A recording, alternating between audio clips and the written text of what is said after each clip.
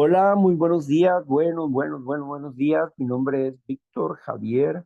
Sigo siendo neurótico por la gracia divina, neurótico anónimo, y estamos aquí con la finalidad y el propósito de comprender un poco más el segundo paso y ver qué podemos aplicar de este paso, qué podemos comprender de este paso que nos dice que estuvimos enteramente, que nos dice que llegamos al convencimiento de que solamente un poder superior a nosotros mismos podría devolvernos el sano juicio.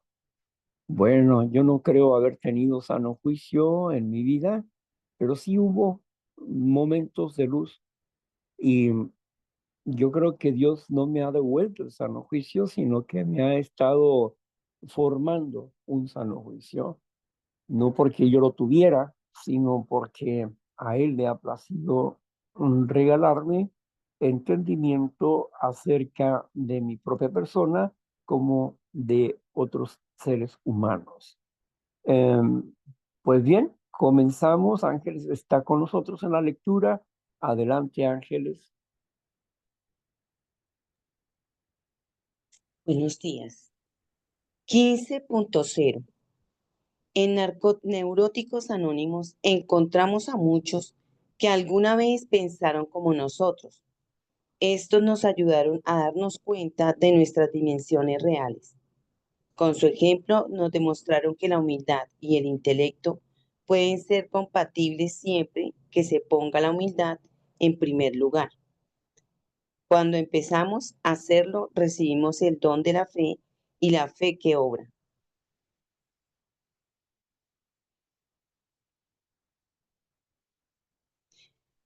Pregunta 15.1. ¿Quiénes nos ayudaron a situarnos en nuestra realidad? Tres manitas levantadas para participar, compañeros.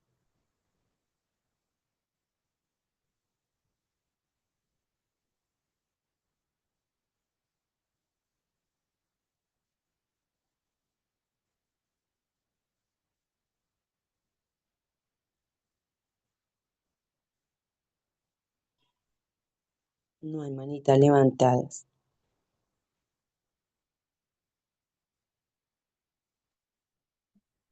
Bien, lee el párrafo de nuevo, por favor, Ángeles. Claro que sí. Dice, en NA encontramos a muchos que alguna vez pensaron como nosotros. Estos nos ayudaron a darnos cuenta de nuestras dimensiones reales. Con su ejemplo nos demostraron que la humildad y el intelecto pueden ser compatibles siempre que se ponga la humildad en primer lugar. Cuando empezamos, cuando empezamos a hacerlo, recibimos el don de la fe, una fe que obra. La pregunta es 15.1. ¿Quiénes nos ayudaron a situarnos en nuestra realidad? Bueno, como no veo manitas levantadas aquí, veo que es la humildad y pues la fe. Sí, ya está Karina. Karina, bien puedo. Mm, humildad y el intelecto, poniendo de primer lugar la humildad. Listo, terminé. Gracias, Karina. ¿No hay más manitas levantadas? ¿Alguien más desea participar? Bueno, Víctor Javier, no hay manitas levantadas. Su opinión. Gracias. Bien, dice el segundo paso que cuando dejé de discutir, pude, pude oír,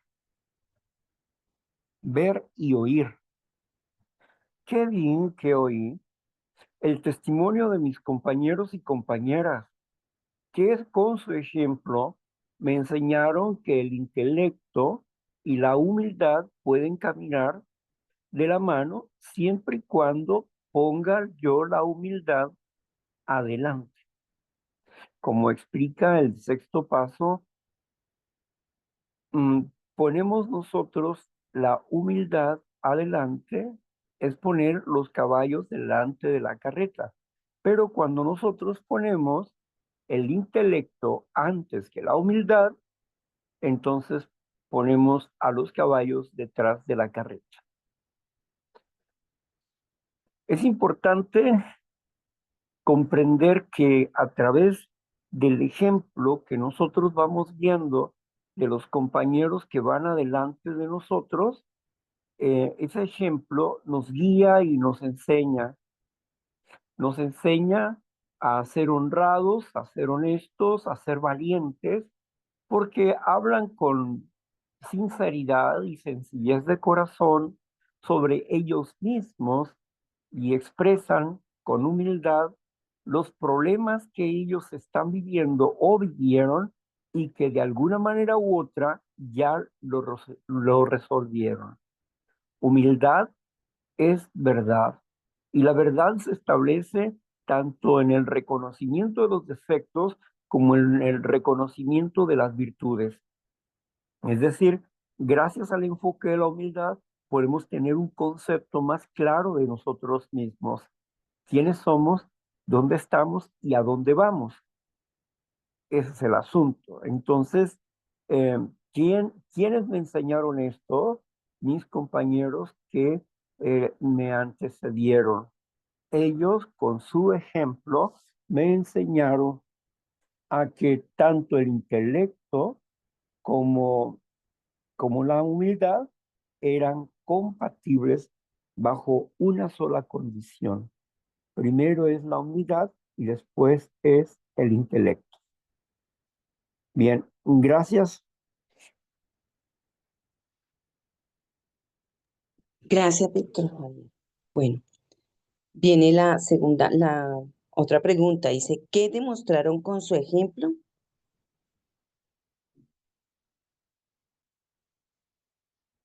Compañeritos. No hay manita levanta. Karina. Sigue, Karina. Demostraron dónde estaban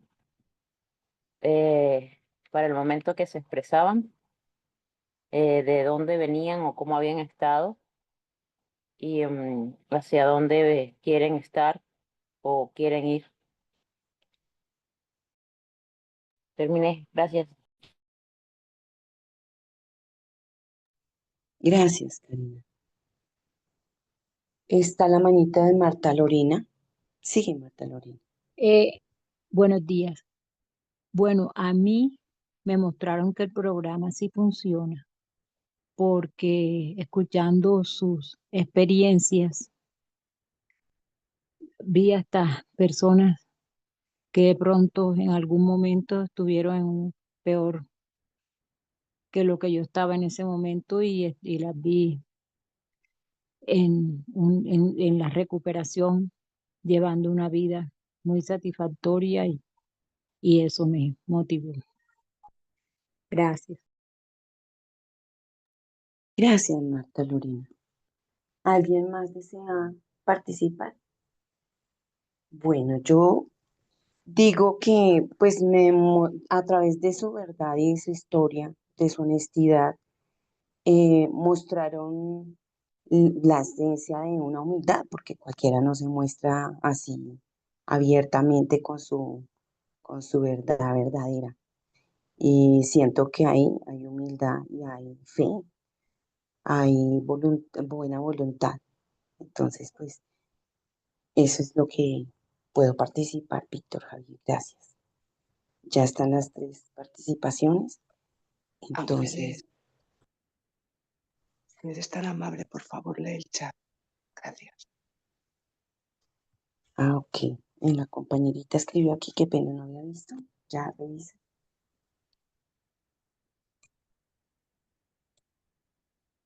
Dice que la respuesta según la lectura de los compañeros y los veteranos de Neuróticos Anónimos.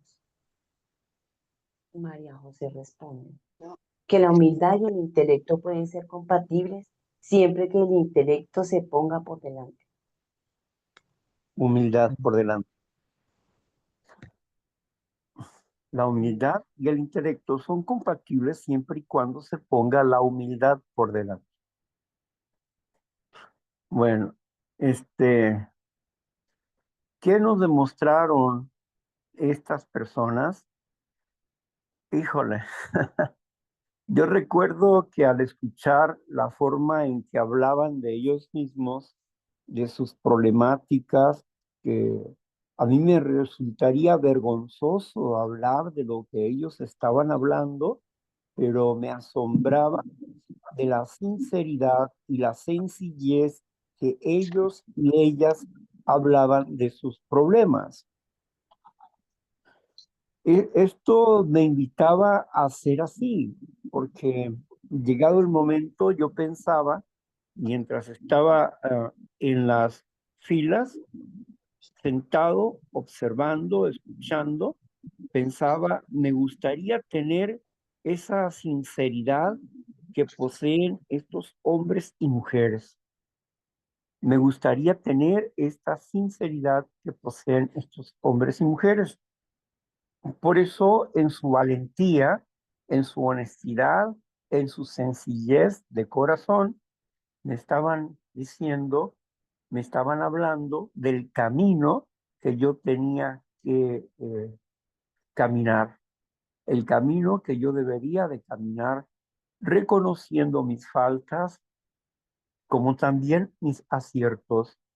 Y bueno, esto era una prueba durísima para una persona que no estaba acostumbrado a enfrentarse a sí mismo y hablar con verdad acerca de uno mismo, descubriendo lo más oscuro de nosotros en público, exponiéndolo y buscando la sanidad de las emociones y bueno, queriendo ser lo más honrado posible para hacer o buscar la ayuda de Dios en nuestras vidas y poder nosotros pararnos de frente, con la frente en alto y continuar el camino.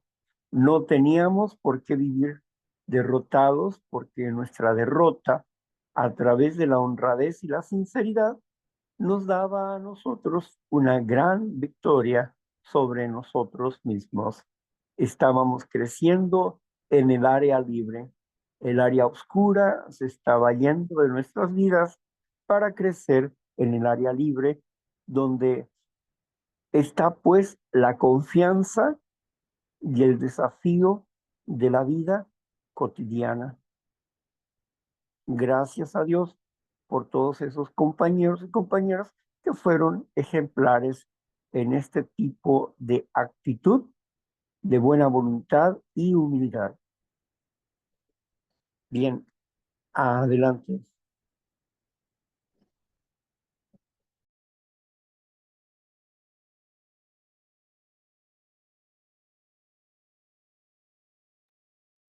Bien, gracias, Víctor Javier, y gracias, compañeritas, por la participación. ¿Cómo llegamos a adquirir el don de la sé que obrar?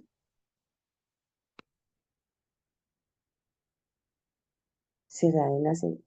Sí. ¿Cómo llegamos a adquirir el don de la sé que obra? Fe, que obra. Ah, ok. Sí, corrijo, disculpe. ¿Cómo llegar a adquirir, si está mal escrito, qué pena. ¿Cómo llegar a escribir el don de la fe que obra? Bueno, Karina tiene su manita levantada. Bien pueda, Karina, sigue. Pienso que haciendo lo que me mandan a hacer. Terminé. Chao. Gracias. Gracias, Karina. Bueno, no hay más manitas levantadas. Bueno, yo pienso que llegar a adquirir el don de la fe que obra es llegar a confiar y tener la, como lo dice la oración de la serenidad, la fortaleza y la esperanza de que mi poder superior, que para mí es Dios, obra, obra. Entonces, esa confianza y esa fe que me da para poder abrirme, o sea, sacar eso a la luz, esa oscuridad mía a la luz. Bueno, Víctor Javier, no hay más manitos levantadas. Estas fueron las dos participaciones. Tu opinión. Gracias.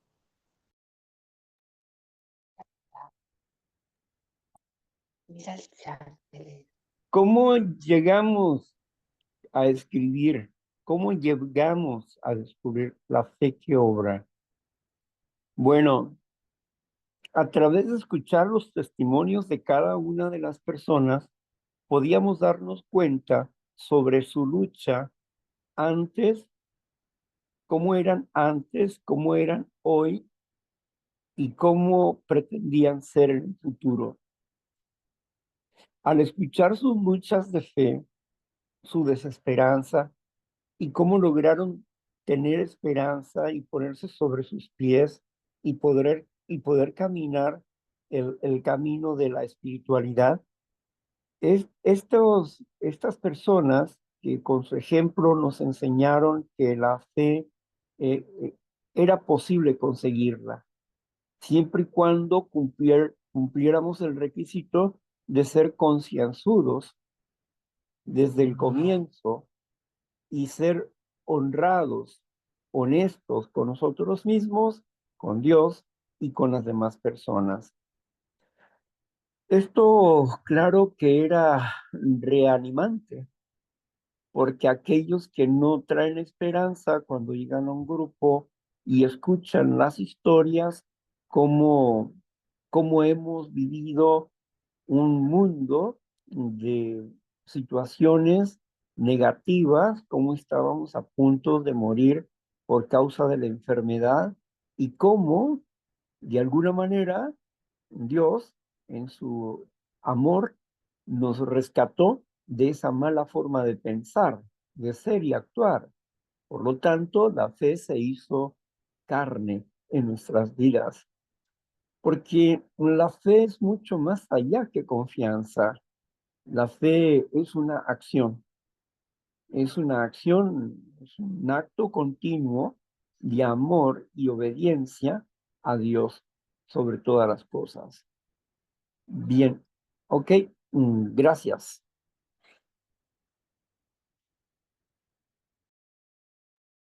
Qué pena, la compañera, al parecer la compañerita estaba hablando, habla bastante bajito la compañerita.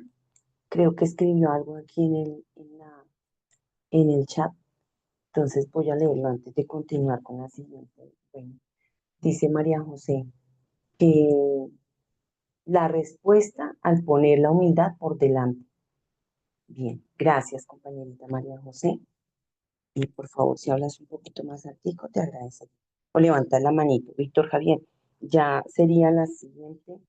16.0. Otro grupo de NA dice, estábamos hartos de religión y lo que se relaciona con ella. Decíamos que la Biblia estaba llena de disparates. Podíamos citar capítulos y versículos, pero vertiginosábamos su significado. En unas partes su moral nos parecía exageradamente buena y en otras exageradamente mala.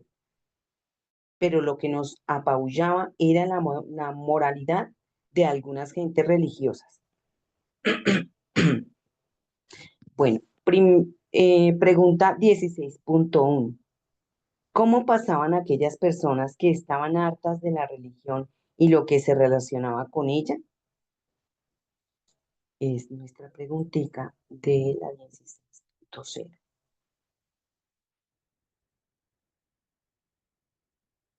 Nuevamente Karina levantó su manita. Karina, tienes el micrófono. Bueno, según la lectura los apabullaba tanta religiosidad escuchada por los otros, que escuchaban de los otros, perdón. Gracias.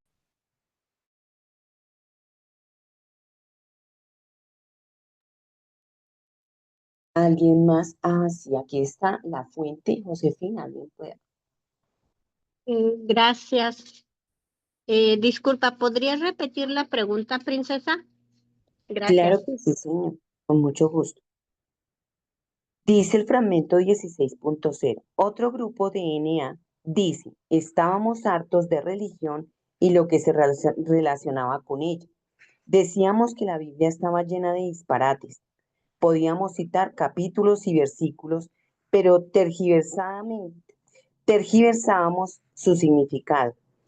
En unas partes su moral nos parecía exageradamente buena y en otras exageradamente mala, pero lo que nos apabullaba era la moralidad de algunas gentes religiosas. La pregunta es 16.1. ¿Cómo pensaban aquellas personas que estaban hartos de la religión y lo que se relacionaba con ella? Ahora sí, muchísimas gracias. Bueno, pues en primer lugar, ¿verdad? Ellos manifiestan el tener conocimiento o cierto grado de conocimiento de la palabra de Dios.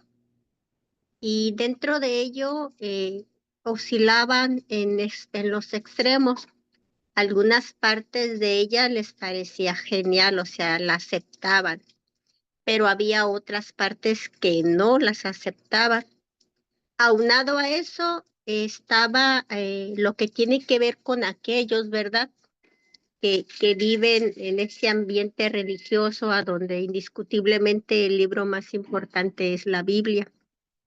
Pero algo sucedía en esa gente religiosa, ¿verdad? Con mucho conocimiento de la palabra de Dios, pero yo pienso, ¿verdad? Que su manera de vivir mostraba otra cosa, entonces a ellos les generaba cierto descontento, no recuerdo la palabra, pero creo que la medio alcancé a escribir.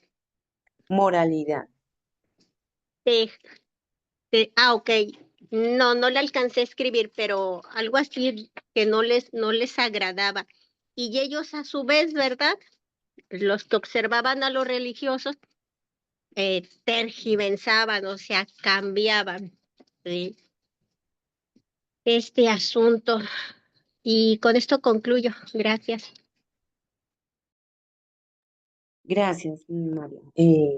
María José, Josefina, perdón. Y aquí en el grupo, no, manita levantadas, pienso yo también que la exageración de estar juzgando los actos que para ellos se consideran pecaminosos, ¿no? Pienso que es ese moralismo. Bueno, Víctor Javier, ya hay 3 participaciones, ya la conclusión, gracias.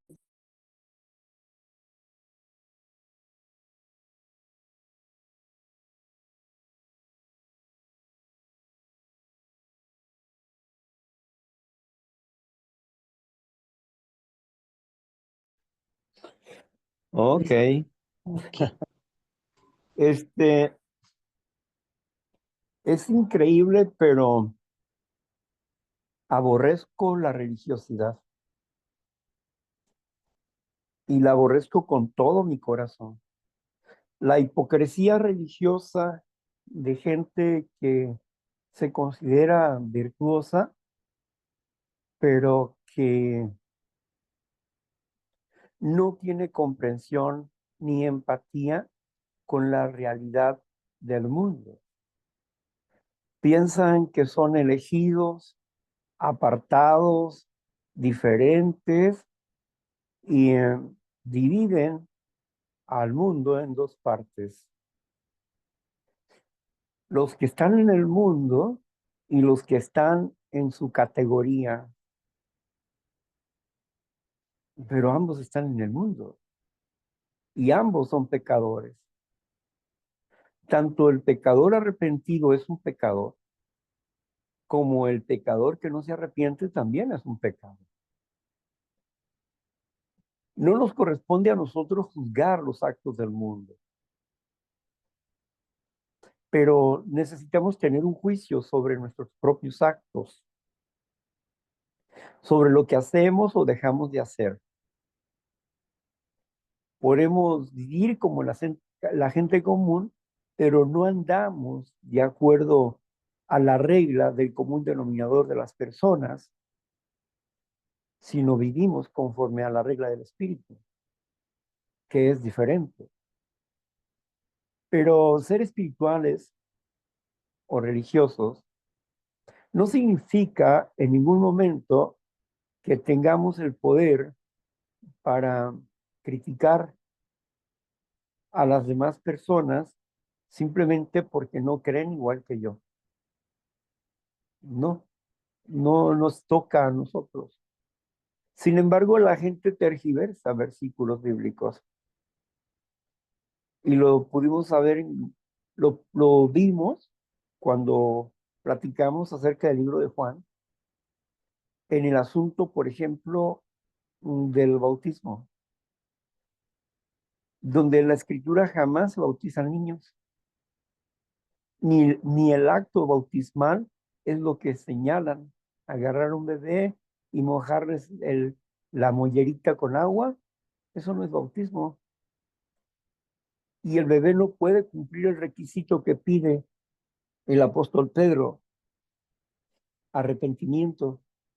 ¿De qué se va a arrepentir un bebé? Pues no puede arrepentirse. Entonces, es una simulación ese acto, no es una realidad bíblica, es una simulación religiosa, pero no es una realidad bíblica. Es una ofensa contra la realidad de la Biblia, porque la está contradiciendo. Aparentemente está obedeciendo, pero la está contradiciendo. Así es que dentro de esos parámetros podemos entender sobre la hipocresía religiosa, que aparentan tener piedad, pero sus corazones están lejos de Dios, porque sus actos no son de Dios. Así que tergiversaban versículos bíblicos, como el hecho de decir, bueno, es en el nombre del Padre, Hijo y el Espíritu Santo. Esos no son nombres, son títulos. La verdadera autoridad está en el nombre de Jesucristo. Lo dice la Escritura y es lo que estuvimos estudiando acerca de Juan. Pero la religiosidad simula, vuelve otra vez a simular, inventando un Dios a su manera, sacando del contexto real un texto y que toman como pretexto para hacer su propia religión a su manera. Así que toda esta hipocresía religiosa y esta simulación religiosa es lo que el apóstol Juan llegó a llamar el anticristo. ¿Por qué?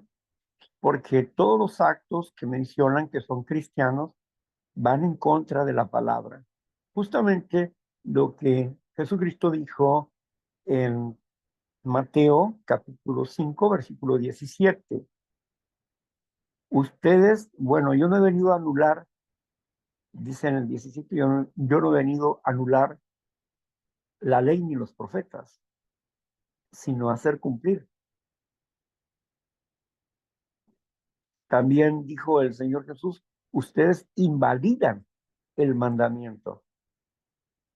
Invalidan el mandamiento por sus tradiciones, por sus tradiciones. O sea, para ustedes son más importantes sus tradiciones que lo que Dios está diciendo. Y de esa manera invalidan el mandamiento, dice, ¿verdad? Entonces, tergiversan la escritura para hacer una religión a su manera, pero que no están sometidos a la palabra de Dios. Bueno, por eso dice ahí que tomaban versículos, pero tergiversaban su significado. Le daban otro sesgo que no era la propia escritura estaba diciendo. Por eso Jesús llegó a decir, ciegos, guías de ciegos, los dos caerán en el mismo pozo, ¿verdad? Y muchos de nosotros, pues, éramos así. Éramos religiosos discutidores, creyendo que teníamos una verdad absoluta y que por esa verdad absoluta teníamos el derecho de ofender a las demás personas en sus fes, en su fe y en sus situaciones, juzgándolos o señalándolos cuando nosotros mismos teníamos una viga delante de nuestros ojos que no nos permitía ver la soberbia espiritual con la que nosotros pregonábamos la palabra de Dios. Ahora pues nosotros no pregonamos las obras ni la palabra de Dios como antes, sino que afirmamos lo que afirma la Escritura y leemos las cosas como dice la Escritura, y el que tiene oídos para oír, que oiga, y el que tiene ojos para ver, que vea. Hay un versículo, un salmo que me encanta, que dice pues que los ídolos tienen ojos y no ven, tienen nariz y no huelen, tienen boca y no habla, tienen pies y no caminan. Y luego dice, y todos aquellos que cargan a estas estatuas son como ellos, sordos, ciegos y mudos. No saben, no entienden, no ven, no comprenden la voluntad de Dios. Son como sus ídolos. Tremendo versículo. Y es tan realista el versículo que muchos lo brincan porque no quieren comprender que el segundo mandamiento dice, no tendrás dioses ajenos delante de mí, ni te harás imagen de lo que está en el cielo, en la tierra o debajo de la tierra, para inclinarte y adorarlas, porque yo soy tu Dios fuerte y celoso. Bueno, pero no pueden obedecer ese mandamiento. ¿Por qué? Porque tienen una fe fetichista, es decir, creen en las imágenes, ¿verdad? Le dan poder a las cosas cuando las cosas no tienen poder. En fin, de esa forma tergiversábamos y hablábamos mal de los demás, nos jactábamos de que siendo hijos de Dios o proclamando ser hijos de Dios, se estaban matando unos a otros. Es como decir, una congregación está en México, otra congregación está en Estados Unidos, todos predican el amor al prójimo y en una guerra ambos se matan unos a otros.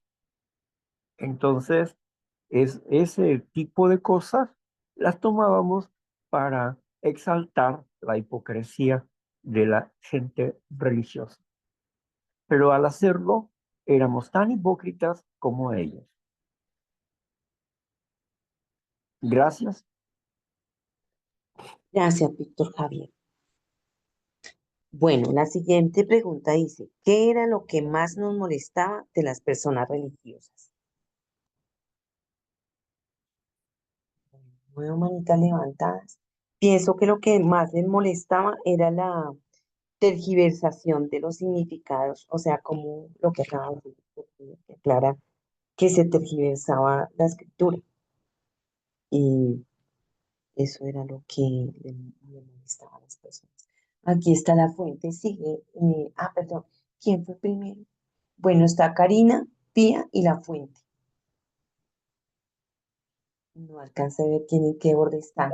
Es la mano primero, Ángeles. Bueno, Pía, sigue, Pía. Bueno, buenos días, compañeros. A mí lo que más me sigue chocando, no es que me haya chocado, sino que me sigue chocando, em, de la gente religiosa, su soberbia espiritual, la no oportunidad de el que no está en sus comunidades constantemente, no es importante para ellos. Su discriminación. También he notado la discriminación. En alguna época yo asistía a un convento de religiosas que queda muy cerca de donde yo vivo, y la madre superiora de este lugar, yo iba a la misa cada 8 días, a la misa de las 8:30 de la mañana, y la superiora de este lugar se paraba a la salida de la misa, en la puerta de la capilla, a prestarle mucha atención al que tenía dinero, a sobarlo y a conversarle y todo eso, porque estas personas, pues, ellos reciben beneficios, entonces en esa parte a nivel social también hay una división total. Como es la religión católica, pues los que tenemos conocimientos de su historia, pues venimos de una decadencia muy, muy fuerte, donde allá en el Vaticano, en Roma, han cuidado las arcas de los multimillonarios del mundo.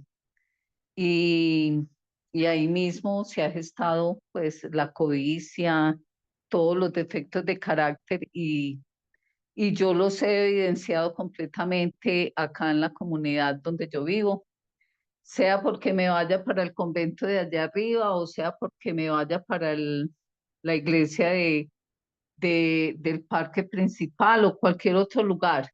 Ellos tienen sus preferencias y ya. Las personas que a ellos les funcionan y los otros los discriminan completamente. Eso es lo que no, eso es lo que me choca tanto, lo que dicen los mexicanos, lo que me toca me checa y acá en Colombia lo que me toca me choca porque pues yo ahí de pronto estoy ejerciendo ese defecto de carácter del juzgamiento, pero no es que esa realidad no se puede negar porque eso es completamente visible. Gracias por permitirme compartir. Gracias, Pia, por tu participación. Está Karina y La Fuente, no sé el orden de las dos, qué pena. Disculpa. ¿Quién estaba primero? Bueno, ustedes ahí miran quién abre primero, porque la verdad no vi el orden. Adelante, Cari. Gracias, Fuente. Para mí, la incongruencia de pedirme cosas que ni siquiera hacían o podían hacer, y esa mentira de creer que tenían, porque sabían algo, la verdad absoluta. Entonces, el señalar a los demás como faltos de fe o ignorantes, eso no me parecía congruente. Terminé. Bye. Gracias, Cari, por tu participación. La Fuente, Josefina. Bueno, en mi experiencia, los progenitores y el núcleo familiar me, me inculcaron el respeto y lo acepté. Para mí eran personas muy importantes. Sin embargo, en el proceso, eh, después de haber estado casi 3 años en la comunidad, me voy y, y llego a la conclusión, ¿verdad?, de que regresé de nueva cuenta. En aquel entonces estaba en un grupo de pareja y algo que no me gustó, y es eso nada más, es el hecho de que cuando ahora sí que por mi actuar, me generé una separación, mi segunda separación.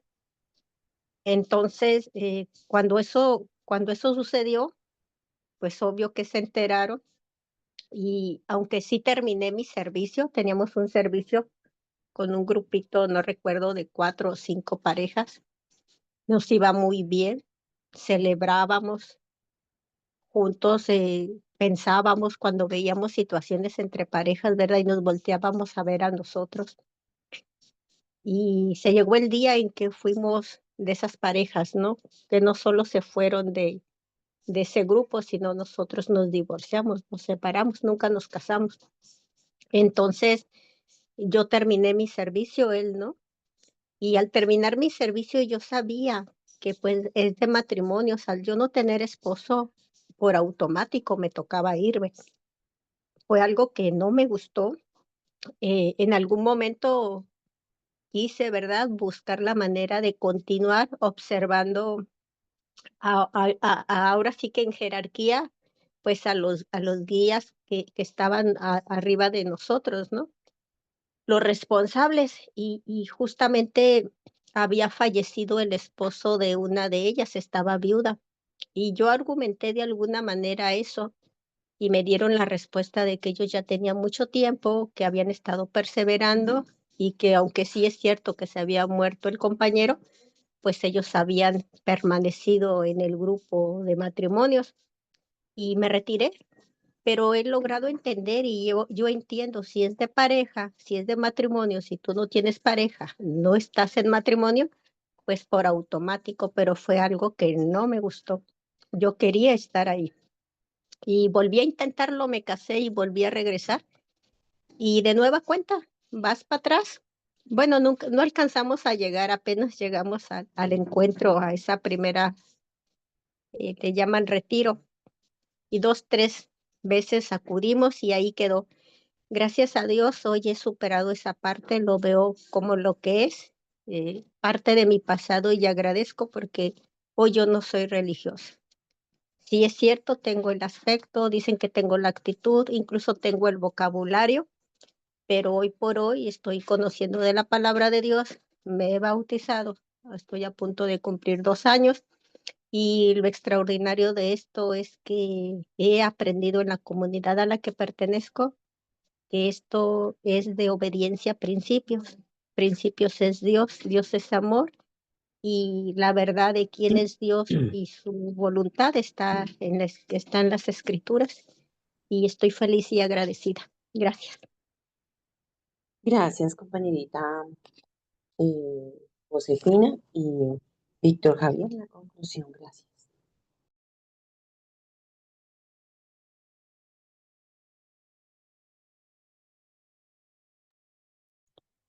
La Víctor, pregunta, Ángeles, bien, gracias.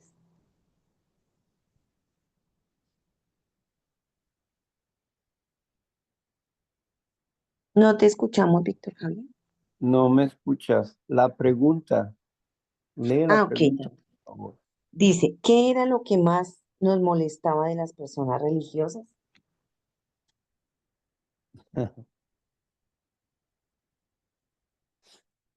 Bueno, yo creo que se ha hablado lo suficiente para hablar sobre la hipocresía religiosa y era algo que le molestaba al Señor Jesús, que en el nombre de Dios robaran, mintieran, en el nombre de Dios asesinaran, y que en el nombre de Dios codiciaran, ¿verdad?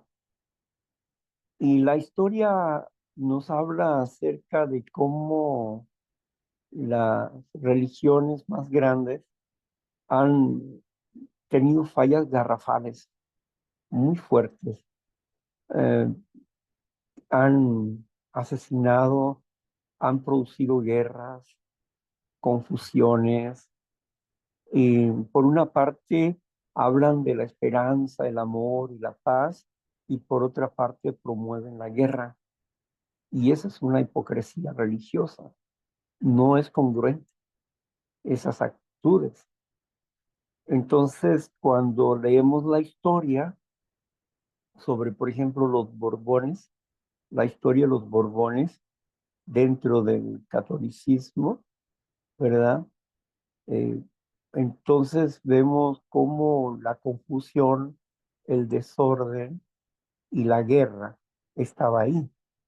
Cuando los papas ordenaban las destrucciones de países porque no se sometían a ellos.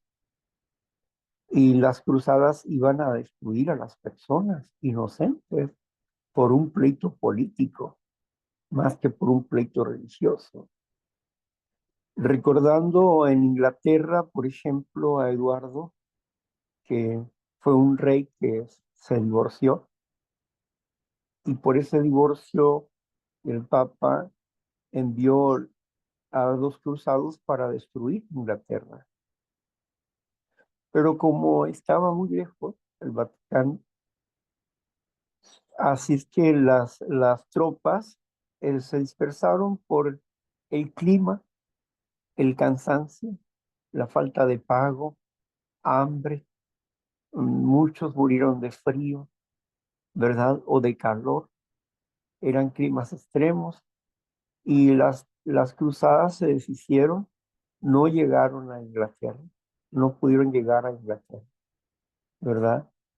Y de esa manera Inglaterra optó por colocar 2 días de descanso, el sábado y el domingo, aceptando de esta manera al pueblo judío para que practicara su religión, una libre religión, y ya no fuera totalitario el catolicismo en Inglaterra, sino que hubiera otras expresiones religiosas.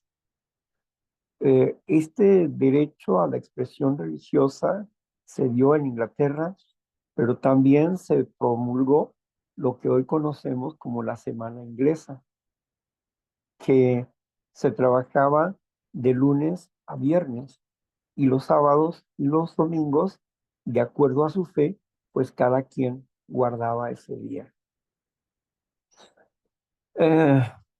Hoy en día en Europa se está tratando de imponer una sola religión y la libre expresión religiosa pues no, no puede ser porque en, en los, ah, en los principales, eh, en la principal publicidad de Europa, quienes tienen el mando ahí es solamente una religión. Es solamente una religión, la religión del imperio, ¿sí?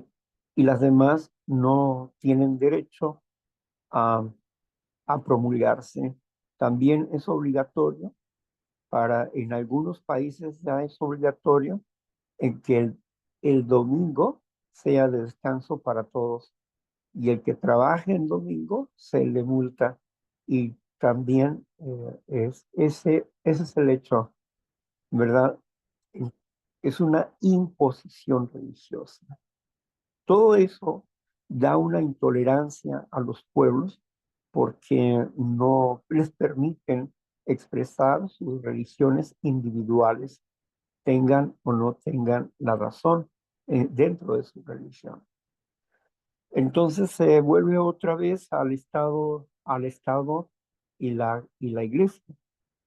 Como en México, en la revolución que hubo, en la época de la Reforma, hubo una separación del gobierno y la iglesia.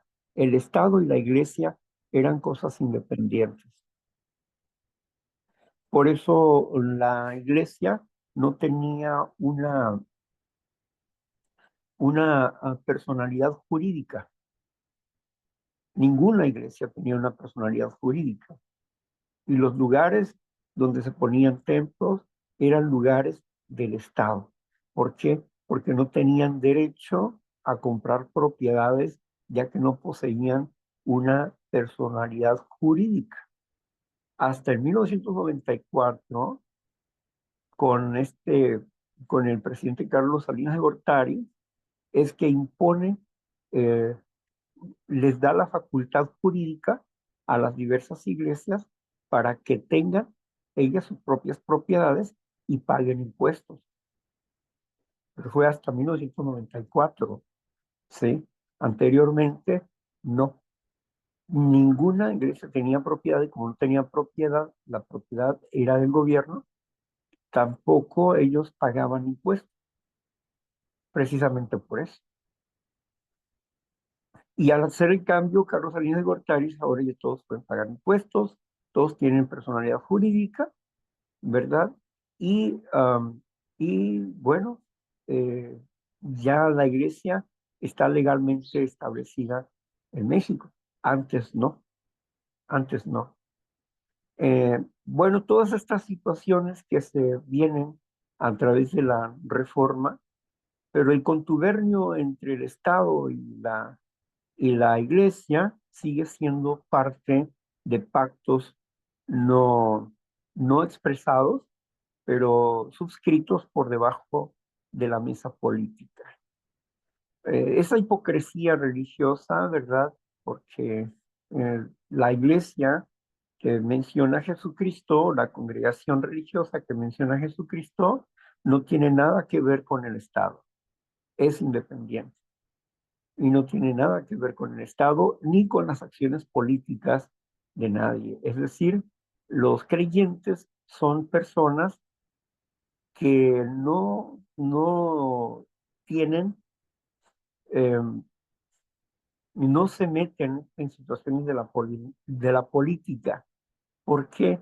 Porque ellos creen que vienen de que el reino de Dios es su reino y que por lo tanto como embajadores del reino de Dios en esta tierra, yo no tengo nada que ver en la política. Es una decisión del mundo, no es una decisión de la congregación. Que tengo mi deber de expresar mi voto, ¿sí? Pero en la expresión del voto, para cumplir de acuerdo a las reglas, puedo anular mi voto, ¿sí? ¿Por qué? Porque soy apolítico, simple y sencillamente eso, ¿no? Porque no me interesa la política de este mundo. Lo que me interesa es la política que el reino de Dios tiene para la vida de las personas comúnmente. Bueno, todas estas cosas que se dan a través de la historia nos habla como la hipocresía religiosa y esa doble cara que tiene la religión, pues hace que los pueblos se autodevaloren, se destruyan y vivan esclavizados a una fe insulsa, es decir, a una fe sin sal, a una fe que no es la luz del mundo ni es la sal del mundo, sino al contrario, es un motivo de conflicto en el mundo. Pero bueno, eso es cuestión de cómo vemos las cosas, ¿verdad? Desde qué ángulo estamos viendo las cosas. Por lo pronto, ¿qué hacemos? La hipocresía religiosa, para nosotros éramos intolerantes ante esa hipocresía. Hoy la toleramos, la entendemos y comprendemos que es un mal necesario de acuerdo a lo dicho por el propio Jesús. El que no está con nosotros, desparrama, dice Jesús, ¿no? Salieron de nosotros, pero no eran de nosotros, porque si hubiesen sido de nosotros, se hubieran quedado con nosotros. Entonces, respetamos su libre acción, ¿verdad? Y respetamos su poderío, pero tenemos una expresión personal en referencia a lo que significa religión y espiritualidad. Por eso, hoy no nos intoleramos con esas cuestiones religiosas, porque vemos no solamente cuestiones del catolicismo, sino otras grandes religiones que se han popularizado, ¿verdad? Por una imagen, por vender una imagen de perfección, de seres ordenados, de seres metidos en las cosas de Dios, pero que dentro de ella misma existen graves prejuicios religiosos entre ellos, ¿verdad? Y se juzgan unos a otros. Y bueno, hay se lastiman fuertemente emocionalmente, provocando traumas a las personas por creer que están en la única religión y que si salen de ella, salen de la presencia de Dios y ya no van a tener ellos salvación por esa cosa, ¿no? Bueno, esas creencias extremas hacen que las personas sufran dentro de sí mismas y se denigren a sí mismas por pertenecer a ese tipo de religiones ortodoxas, ¿verdad? Extremistas. Y bueno, pero cada quien decide dónde está, ¿verdad? Cada quien decide qué hacer con su vida con respecto al ejercicio de la fe. Y pues hoy en día pues no somos intolerantes, pero tampoco nos engañamos ante ante la hipocresía religiosa. No nos engañamos, ¿verdad? no andamos con simulaciones. Comprendemos perfectamente la actitud y no queremos vivirla de nuevo. Por eso, al estar dentro de un grupo, podemos nosotros darnos cuenta que el ejercicio de mi fe no tiene nada que ver con esos actos religiosos, porque la escritura dice la verdadera reunirse con Dios, o la verdadera reunión con Dios, la verdadera religión, es simple y sencillamente hacer el bien sin andar pregonando absolutamente nada, ¿no?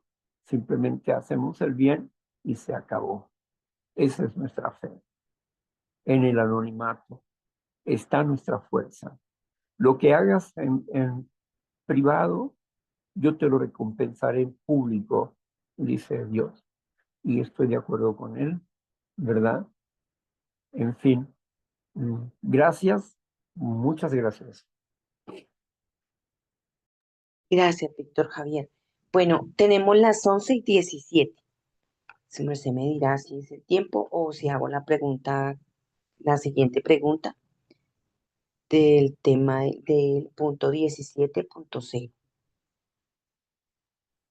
¿Cuántas preguntas quedan ahí? Quedan, pues, para terminar el segundo paso, o solamente, bueno, el 16.0 ya terminamos. Iniciaríamos la 17.0. Entonces, no. ¿No? Entonces ya no hay preguntas. Bien, ok. ¿No? Entonces, vamos a cerrar la reunión y vamos a continuar con la parte del segmento donde nuestros compañeras y compañeros comparten su experiencia, fortaleza, esperanza. Tienen 15 minutos para hablar lo que se les antoje. Y pueden hablar del tema si gustan o pueden hablar de otra cosa si gustan. Y también pueden hacer preguntas con entera libertad. Y bueno, por ahí veo que hay 2 manos levantadas. Adelante, Ángeles. Deja, apago esta cosa. Aquí, esta cosa, ¿dónde estás? ¿Dónde estás? ¿Dónde estás? Y estás, ¿ok? Vámonos.